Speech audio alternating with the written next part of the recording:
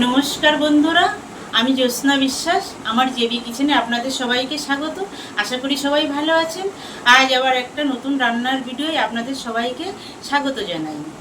রান্নাটা কেমন হয়েছে সম্পূর্ণ দেখবেন এবং কমেন্ট করে জানাবেন, আর লাইক সাবস্ক্রাইব করে আমার পাশে থাকবেন। আজ বানিয়েছি গ্যাস ওভেন ছাড়া মাত্র 10 মিনিটে এই দুর্দান্ত স্বাদের মিষ্টি, যেটা একবার খেলে বারবার বানাতে ইচ্ছা করবে। বন্ধুরা, তাহলে দেখে নিন আমি এই মিষ্টিটা কিভাবে তৈরি করলাম। গ্যাস ওভেন ছাড়া এই দুর্দান্ত স্বাদের মিষ্টিটা বানানোর জন্য দেখুন আমি এক বাটি খোসা ছাড়ানো ভাজা ছোলা নিয়েছি। এই ছোলাটা আমি প্রথমে গুঁড়ো করে নেব।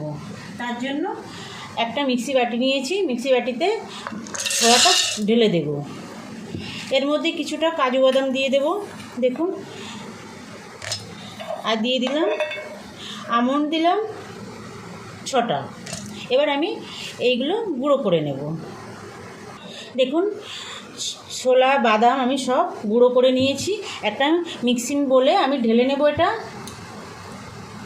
হঠাৎ করে যদি মিষ্টি খেতে ইচ্ছা করে বন্ধুরা, এই মিষ্টিটা বানিয়ে নিতে পারেন।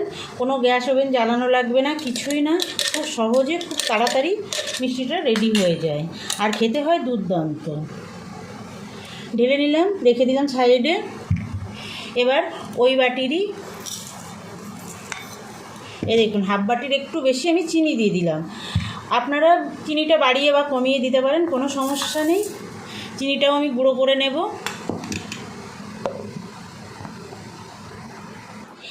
দেখুন বন্ধুরা, চিনিটা আমি গুঁড়ো করে নিয়েছি।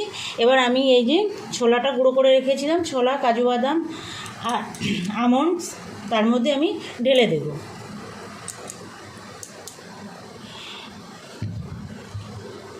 মিশিয়ে নেব।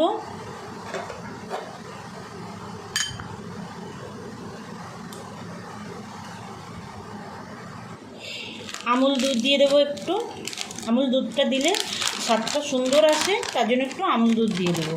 দেখুন, এই চামচের আমি 2 চামচ আমুল দুধ দিয়ে দেবো।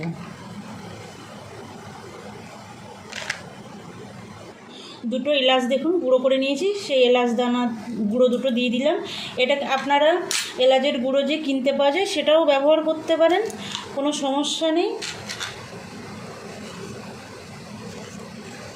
সামান্য একটু লবণ দিয়ে দিলাম। আপনারা চাইলে দেবেন, না হলে না দেবেন, কিন্তু মিষ্টি জিনিসে একটু লবণ দিলে ভালো লাগে খেতে। এবার মিশিয়ে নেব।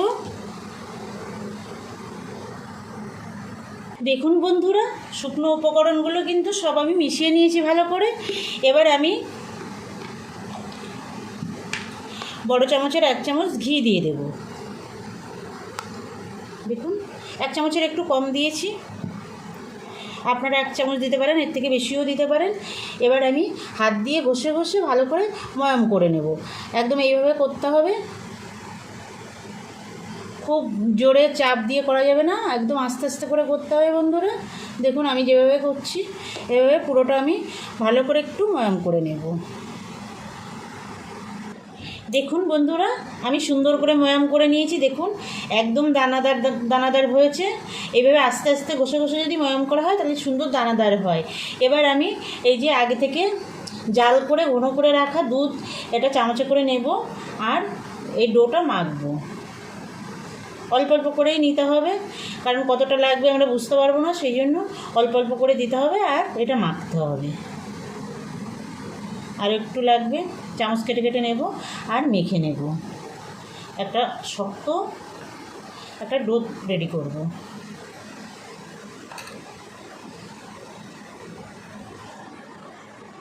দেখুন বন্ধুরা, আমি আলতো হাতে মেখে নিয়েছি এইভাবে।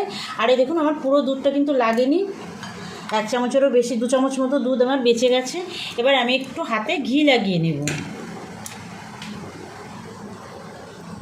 দেখুন এই যে একটু হাতে ঘি লাগিয়ে এটা একটু মেখে নেব, তাহলে আর হাতে লাগবে না।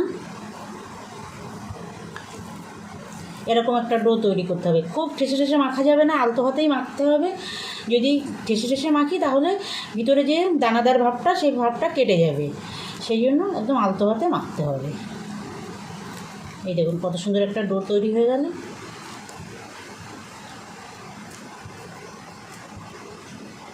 রেখে দেবো সাইডে। এবার যে পাত্রে আমি মিষ্টিটা বানাবো সেই পাত্রটা রেডি করব। দেখুন একটা ব্রাশ নিয়েছি, একটু ঘি ব্রাশ করে দেবো। আপনাদের কাছে যদি বাটার পেপার থাকে তাহলে বাটার পেপার দেবেন, তাহলে ঘি ব্রাশ করা লাগবে না। আমার কাছে বাটার পেপার নেই, A4 সাইজের পেপার দিয়ে আমি এই যে ঘি ব্রাশ করে নিচ্ছি, তাহলে আমার মিষ্টিটা ভালোভাবে উঠে যাবে।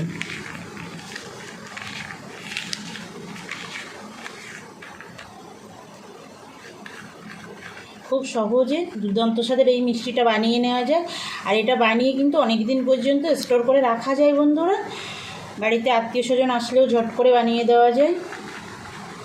আমার ভিডিওটা স্কিপ না করে সম্পূর্ণ দেখবেন, আর আমি যেভাবে মিষ্টিটা তৈরি করছি সেইভাবে করবেন। আশা করি আপনাদের সবারই খুব ভালো লাগবে। হয়ে গেছে দেখুন। এবার আমি এর উপর দিয়ে কিছু ড্রাই ফ্রুট ছড়িয়ে দেবো। আপনাদের কাছে যদি আমন্ড থাকে কিংবা আপনারা অন্য কোনো কিশমিশ টিশমিশ দিতে চান দিতে পারেন।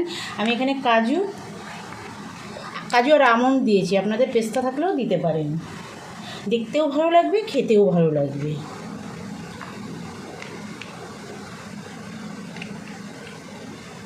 সব ছড়িয়ে দিলাম।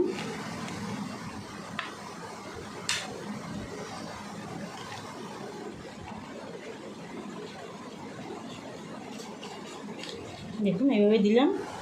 আপনারা কম বেশি করে দিতে পারেন, আর না দিলেও কোনো সমস্যা নেই। দিলে একটু দেখতে ভালো লাগে, খেতে ভালো লাগে, তার জন্য। এবার আমি যে ডোটা নিয়েছিলাম সেই ডোটা এর উপরে সেট করে দেব। দেখুন একটা চামচ দিয়ে এভাবে চামচের নিচে দিয়ে একদম সুন্দর করে সেট করে দেব।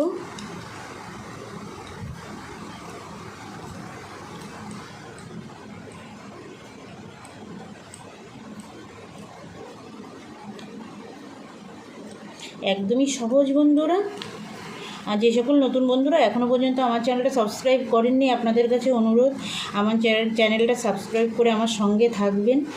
বেল আইকনটা প্রেস করে রাখবেন। যখনই কোনো নতুন রান্নার ভিডিও আপলোড করব আপনাদের কাছে নোটিফিকেশান চলে যাবে, আপনারা আপনাদের সময় মতো দেখে নিতে পারবেন। আর যে সকল পুরনো বন্ধুরা আমার সঙ্গে আছেন থাকবেন বরাবরের জন্য। আর আমার ভিডিওগুলো যেমন দেখেন ওরকম দেখবেন, আর সুন্দর সুন্দর কমেন্ট করবেন, লাইক করবেন। আর যদি আমার রান্না ভালো লাগে আত্মীয় স্বজনের কাছে, বন্ধুবান্ধবের কাছে একটু শেয়ার করে দেবেন।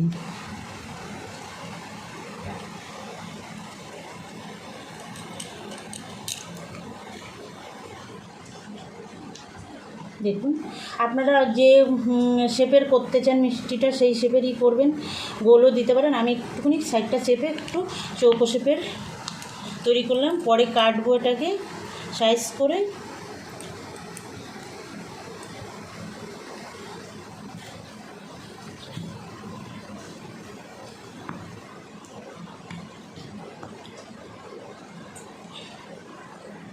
দেখুন বন্ধুরা কত সুন্দর লাগছে।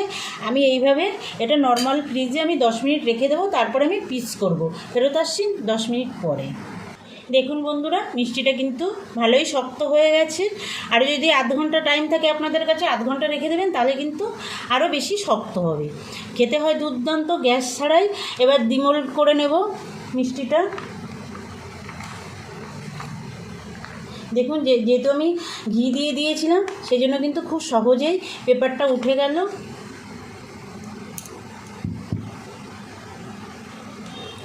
এবার আমি পিস করে নেব।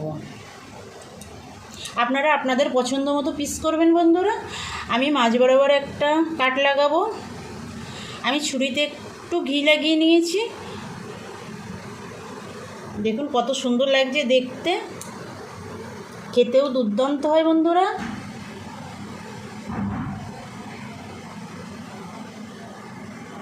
দেখুন বন্ধুরা আমি আপনাদের একটা তুলে দেখিয়ে দিচ্ছি। আমি এই শেপে কেটেছি, আপনারা কিন্তু আপনাদের পছন্দ মতো শেপে কাটতে পারেন। দেখুন কত সুন্দর হয়েছে, খেতে দুর্দান্ত হয় বন্ধুরা। বানাবেন, কাউকে খেতে দিলে কেউ কিন্তু বুঝতেই পারবে না যে এই মিষ্টিটা আপনার বাড়িতে বানানো। তার উপরে গ্যাস জ্বালানোর কোনো ব্যাপার নেই। গ্যাস জ্বালানো ছাড়াই কিন্তু এই মিষ্টিটা সুন্দরভাবে তৈরি করে নেওয়া যায়। এই সুন্দর মিষ্টিটা বানানোর অনুরোধ জানিয়ে আজকের ভিডিওটা এখানে শেষ করছি। আবার দেখা হবে নতুন কোনো রান্নার ভিডিওর সঙ্গে। ভালো থাকবেন সবাই, নমস্কার।